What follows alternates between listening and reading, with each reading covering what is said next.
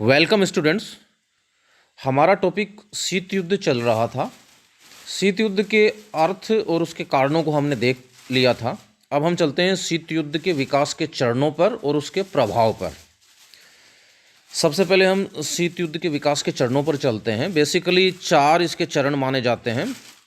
शीत युद्ध के विकास का प्रथम चरण जो 1946 से 1953 के बीच में माना जाता है, और दूसरा जो चरण है शीत युद्ध के विस्तार का वो 1953 से 1963 के बीच का माना जाता है। तीसरा चरण शीत युद्ध के विकास का जो तृतीय चरण है वो 1963 से 1979 तक माना जाता है, जिसमें दितांत का मतलब होता है तनाव में कमी, तनाव शैथिल्य का काल। और अंतिम जो चरण है शीत युद्ध के विकास का वो 1980 से 1989 तक का माना जाता है। ये तो हम देख चुके थे कि भाई शीत युद्ध का विकास धीरे धीरे हुआ। वैसे तो 1917 से सोवियत रूस में बोल्शेविक क्रांति से ही जो है ये कहीं न कहीं किसी न किसी रूप में पश्चिमी देश जो है सोवियत संघ से एक शंका की दृष्टि रखने लगे थे, और वहीं से एक इसकी औपचारिक शुरुआत तो नहीं कह सकते हैं, लेकिन वही शंका और अविश्वास का वातावरण पनप चुका था। इसको बढ़ावा देने में और दोनों शक्तियों के बीच में व्याप्त भय और अविश्वास की भावना जो है ही इसको तीव्र करने में आगे रही। दोनों महाशक्तियों द्वारा एक दूसरे के विरुद्ध जो चली गई चालें थी, उन्होंने भी इसको और अधिक तीव्र कर दिया। तो अब हम प्रथम चरण पे चलते हैं। देखिए, प्रथम चरण में बहुत सारी घटनाएं हुई जिसकी वजह से शीत युद्ध जो है वो न केवल प्रकट हुआ बल्कि वो बहुत अधिक बढ़ भी गया। 1946 में चर्चिल ने सोवियत संघ के साम्यवाद की आलोचना की। उसने अमेरिका के फुल्टन नामक स्थान पर जो है आंग्ल अमेरिकी गठबंधन, एक अलायंस बनाने की बात कही। इससे जो है सोवियत संघ के मन में एक शंका और अविश्वास जो है पश्चिमी देशों के विरुद्ध हुआ। ये पहला कारण रहा। फिर 1947 में ट्रूमैन सिद्धांत की बात करें, इसके द्वारा जो है साम्यवाद परिरोधन की नीति को अपनाया गया, यानी साम्यवाद के प्रसार को रोकने की बात कही गई इसमें ट्रूमैन सिद्धांत में। और इसमें यह भी कहा गया कि अमेरिका विश्व के किसी भी भाग में अगर कोई हस्तक्षेप करता है साम्यवाद परिरोधन के नाम पे तो वो उचित होगा। यूनान और टर्की में अमेरिका द्वारा जो है हस्तक्षेप किया गया सोवियत प्रभाव को कम करने के लिए, और आर्थिक सहायता दी गई। इसने भी शीत युद्ध को भड़काया। नेक्स्ट जो है 23 अप्रैल 1947 को अमेरिका की जो मार्शल योजना थी, उसमें भी सोवियत संघ के मन में अविश्वास और वैमनस्य को बढ़ावा मिला। इस योजना के अनुसार पश्चिमी देशों को $12 अरब की आर्थिक सहायता देने का कार्यक्रम स्वीकार किया गया, और इसका मकसद भी यही था कि भाई पश्चिमी यूरोपीय देशों में जो साम्यवाद फैल सकता है उसको रोकना था। और इस योजना का लाभ उठाने वाले देशों पर यह कंडीशन भी लगाई गई कि भाई वे अपनी शासन व्यवस्था में साम्यवादियों को नहीं रखेंगे। इससे सोवियत संघ के मन में पश्चिमी राष्ट्रों के प्रति घृणा, शंका और अविश्वास पैदा हुआ, और इससे शीत युद्ध को बढ़ावा मिला। सोवियत संघ ने नेक्स्ट अगर कारण की बात करें, कोई घटना की बात करें, तो सोवियत संघ ने 1948 में बर्लिन की नाकेबंदी की। इससे सोवियत संघ ने इससे जो शीत युद्ध है वो और अधिक भड़का। अमेरिका ने इसका सख्त विरोध करके उसके इरादों को नाकाम कर दिया, और वह ये भी अपना सैनिक वर्चस्व उसने भी अपना बढ़ाना शुरू कर दिया। तो इस तरीके से उनके मध्य, दोनों के मध्य एक प्रतिस्पर्धा जो है वो शुरू हो गई। जर्मनी के विभाजन ने भी दोनों महाशक्तियों में विरोध की प्रवृत्ति को जन्म दिया। जर्मनी का बंटवारा इसलिए हुआ था कि दोनों शक्तियां अपने अपने क्षेत्रों में अपना प्रभाव बढ़ा सकें, लेकिन अमेरिका की मार्शल योजना तथा सोवियत संघ की कोमिकान की नीति ने यूरोप को सोवियत संघ तथा अमेरिका के मध्य शीत युद्ध को बढ़ावा ही मिला उससे। उसके बाद 1949 में अमेरिका ने नाटो की स्थापना कर दी। नॉर्थ अटलांटिक ट्रीटी ऑर्गेनाइजेशन, ये एक सैनिक संगठन था। इसमें मित्र देशों पे अगर किसी प्रकार का अटैक होता है तो सब मिलकर जो है उसका सामना करने की बात थी, निपटने की बात थी। और इसमें सोवियत संघ को सीधी चेतावनी दी गई कि यदि उसने किसी भी संधि में शामिल देश का आक्रमण किया तो उसको भयंकर परिणाम होंगे। इससे मतभेद गहरे हो गए दोनों देशों के बीच। उसके बाद चीन में भी साम्यवादी शासन स्थापित हो गया, तो पश्चिमी देशों में जो है एक और अविश्वास पनपा। उनको लगा कि साम्यवादी गुट अब मजबूत हो सकता है। नेक्स्ट जो है 1950 में कोरिया संकट ने भी अमेरिका और सोवियत संघ में शीत युद्ध में वृद्धि की। इस युद्ध में उत्तरी कोरिया को सोवियत संघ तथा दक्षिणी कोरिया को अमेरिका तथा अन्य पश्चिमी राष्ट्रों का समर्थन में सहयोग था। दोनों महाशक्तियों ने परस्पर विरोधी व्यवहार का प्रदर्शन करके शीत युद्ध को वातावरण में और अधिक जो है गर्मी पैदा की। 1951 में जब कोरिया युद्ध चल रहा था, उसी समय अमेरिका ने अपने मित्र राष्ट्रों के साथ मिलकर के जापान से संधि की, शांति संधि, और संधि को कार्य रूप देने के लिए सैन फ्रांसिस्को नगर में एक सम्मेलन भी आयोजित किया। सोवियत संघ ने इसका कड़ा विरोध किया। अमेरिका ने इसी वर्ष जापान के साथ एक प्रतिरक्षा संधि भी करी और विरोध की खाई को और अधिक गहरा कर दिया। तो इस तरीके से ये पहला चरण था। दूसरे चरण की अगर हम बात करें तो इस युग में दोनों देशों के नेतृत्व में परिवर्तन हुआ। इस समय व्यवहार के कुछ बदलाव भी दृष्टिगोचर हुए। सोवियत संघ में स्टालिन की मृत्यु के बाद ख्रुश्चेव शासन पे आए। अमेरिका में राष्ट्रपति आइजनहोवर ने शासन की बागडोर ली।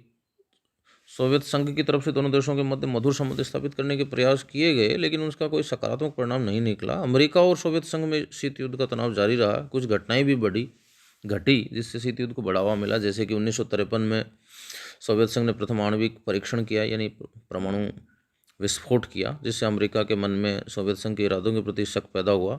इससे पहले सोवियत संघ के मन में अमेरिका के प्रति विक्षोभ हुआ था जब उसने जापान के हिरोशिमा और नागासाकी पे परमाणु बम का प्रयोग किया था, क्योंकि उसको ये लगा कि अमेरिका ने परमाणु बम का रहस्य उससे छिपाए रखा। 1953 में चर्चिल ने अमेरिका से कहा कि दक्षिण पूर्वी एशिया के लिए नाटो जैसे संघ का निर्माण किया जाए। उसके सुझाव को मानकर अमेरिका ने कंबोडिया, वियतनाम और लाओस में साम्यवादी प्रसार को रोकने के उद्देश्य से जो है 1954 को सीटों का निर्माण किया। उधर सोवियत संघ ने वार्सा पैक्ट की तैयारी कर ली। वार्सा संगठन के निर्माण का उद्देश्य पूंजीवादी ताकतों के आक्रमण को रोकना था। इस तरह से विरोधी गुट बनने लगे और शीत युद्ध भड़का। हिंद चीन की समस्या ने भी दोनों महाशक्तियों के बीच में मतभेदों को और बढ़ा दिया। 1954 में हिंद चीन में गृह युद्ध आरंभ हो गया। ये क्षेत्र फ्रांस का उपनिवेश था। सोवियत संघ ने होची मिन्ह की सेनाओं की मदद की और अमेरिका ने फ्रांसीसी सेनाओं का समर्थन किया। हिंद चीन की समस्या को सुलझाने के लिए जिनेवा समझौता हुआ, लेकिन कुछ समय बाद ही वियतनाम में सिविल वार शुरू हो गया। सोवियत संघ ने अमेरिका की इस युद्ध में भूमिका की निंदा की। उसने अमेरिका के वियतनाम में अनुचित हस्तक्षेप के विरुद्ध आवाज़ उठाई। इस तरह वियतनाम युद्ध अमेरिका और सोवियत संघ के बीच शीत युद्ध का प्रमुख कारण बन गया। नेक्स्ट घटना 1956 में, जब हंगरी में सोवियत संघ के हस्तक्षेप ने भी शीत युद्ध को और अधिक भड़काया। 1956 में ही जो है वो स्वेज नहर संकट ने दोनों महाशक्तियों के बीच तनाव में वृद्धि की। सोवियत संघ ने इस संकट में मिस्र का साथ दिया। स्वेज नहर संकट का समाधान तो हो गया, लेकिन दोनों महाशक्तियों में तनाव बना रहा। 1957 में आइजनहोवर सिद्धांत के अंतर्गत अमेरिका की कांग्रेस ने राष्ट्रपति को साम्यवाद के खतरों का सामना करने के लिए सशस्त्र सेनाओं का प्रयोग करने का अधिकार प्रदान किया, जिससे पश्चिमी एशिया जो है शीत युद्ध का अखाड़ा बन गया। शीत युद्ध के तनाव को कम करने के लिए अमेरिका के राष्ट्रपति आइजनहोवर ने सोवियत संघ की यात्रा की, लेकिन उसके कुछ समय बाद ही 1 मई 1960 को अमेरिका का एक जासूसी विमान U-2 वो सोवियत संघ के बॉर्डर में घुस गया और जासूसी करते हुए पकड़ा गया। तो इसे सोवियत संघ ने गंभीरता से लिया और अमेरिका से अपनी गलती स्वीकार करने को कहा, लेकिन अमेरिका ने अपनी गलती न मानकर शीत युद्ध को और अधिक बढ़ावा दिया। 1960 में पेरिस सम्मेलन में सोवियत राष्ट्रपति ख्रुश्चेव ने U-2 की घटना को दोहराया और कहा कि भविष्य में अमेरिकी राष्ट्रपति को सोवियत संघ न आने की चेतावनी भी दी। सम्मेलन के दूसरे सत्र का भी सोवियत संघ ने बहिष्कार करके अपनी नाराजगी जाहिर कर दी। 1961 को ख्रुश्चेव द्वारा पूर्वी जर्मनी के साथ एक पृथक संधि पर हस्ताक्षर करने की धमकी ने भी शीत युद्ध को बढ़ावा दिया। 62 में क्यूबा में सोवियत संघ ने अपने सैनिक अड्डे की स्थापना कर दी। इसका अमेरिका के राष्ट्रपति कैनेडी ने कड़ा विरोध किया। इस अड्डे की स्थापना तो सीधे तौर पर अमेरिका को कमज़ोर करने वाली कार्रवाई कहा जा सकता है। अमेरिका ने क्यूबा की नाकेबंदी की घोषणा कर दी ताकि क्यूबा में सोवियत सैनिक सहायता न पहुंच सके। विवाद को ज़्यादा बढ़ता देख सोवियत संघ ने अपने कदम पीछे हटा लिए और भयंकर विवाद को सुलझा लिया, लेकिन दोनों महाशक्तियों के मन में मैल नहीं साफ हुआ और शीत युद्ध का वातावरण पहले जैसा ही बना रहा। अब हम तृतीय चरण की बात करते हैं। 1962 में क्यूबा संकट के बाद जो है शीत युद्ध के वातावरण में कुछ नरमी आई और दोनों गुटों के मध्य तनाव की भावना सौहार्दपूर्ण मित्रता की भावना में बदलने लगी, जिसको दितांत कहा गया, यानी तनाव में कमी, तनाव शैथिल्य। दितांत ने शीत युद्ध से उत्पन्न पुराने अंतर्राष्ट्रीय संबंधों का परिदृश्य बदला। विश्व में शांतिपूर्ण वातावरण का जन्म हुआ। इससे संयुक्त राष्ट्र की भूमिका भी बढ़ी और परमाणु युद्ध के आतंक से छुटकारा भी मिला। जहाँ तक अंतिम काल की बात है, 1977 के दशक का दितांत अफगानिस्तान संकट के जन्म लेते ही नए प्रकार के शीत युद्ध में बदल गया। इस संकट को दितांत की अंतिम शव यात्रा कहा जाता है। इसे दितांत की समाप्ति हो गई और दोनों शक्तियों में लगभग एक दशक तक रहने वाला तनाव शैथिल्य के दिन पुराने हो गए और फिर से तनाव बढ़ा। सोवियत संघ की शक्ति में वृद्धि ने अमेरिका के खिलाफ अपनी पुरानी दुश्मनी आरंभ कर दी। रिगन ने राष्ट्रपति बनते ही शस्त्र उद्योग को बढ़ावा दिया और मित्र राष्ट्रों का शस्त्रीकरण करने पर बल दिया। अमेरिका तथा सोवियत संघ में अंतरिक्ष अनुसंधान की होड़ लग गई। अफगानिस्तान में सोवियत संघ ने हस्तक्षेप किया, इससे शीत युद्ध में वृद्धि हुई। सोवियत संघ ने दक्षिणी पूर्वी एशिया में अपना प्रभाव बढ़ाना शुरू कर दिया। हिंद महासागर में सोवियत संघ ने अपनी शक्ति बढ़ानी शुरू कर दी। निकारागुआ में अमेरिका ने अपना प्रभाव बढ़ाना शुरू कर दिया। सोवियत संघ ने क्यूबा में अपनी ब्रिगेड भी तैनात कर दी। तो इन घटनाओं से वापस पुनः जो है शीत युद्ध गति पकड़ गया। अब हम बात करते हैं अंतर्राष्ट्रीय राजनीति के शीत युद्ध पर प्रभाव की। तो देखिए, इससे एक तो विश्व का 2 गुटों में विभाजन हो गया, एक सोवियत गुट, दूसरा अमेरिका गुट। विश्व की प्रत्येक समस्या को गुटीय स्वार्थों पर परखा जाने लगा। दूसरा, इससे यूरोप का विभाजन हो गया। तीसरा जो है, इसने विश्व में आतंक और भय में वृद्धि की। अंतर्राष्ट्रीय संबंधों में जैसे हर जगह तनाव, प्रतिस्पर्धा और अविश्वास की भावना पनपी। गर्म युद्ध का वातावरण तैयार हो गया। शीत युद्ध कभी भी जो है वास्तविक युद्ध या प्रत्यक्ष युद्ध में भी बदल सकता था। इससे जो है परमाणु युद्ध की संभावना में भी वृद्धि हुई।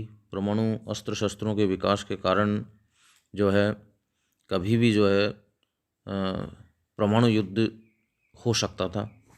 इससे नाटो, सीटो, सेंटो तथा वार्सा पैक्ट जैसे सैनिक संगठनों का भी जन्म हुआ, जिससे निशस्त्रीकरण के प्रयासों को गहरा धक्का लगा, तनाव बढ़ा।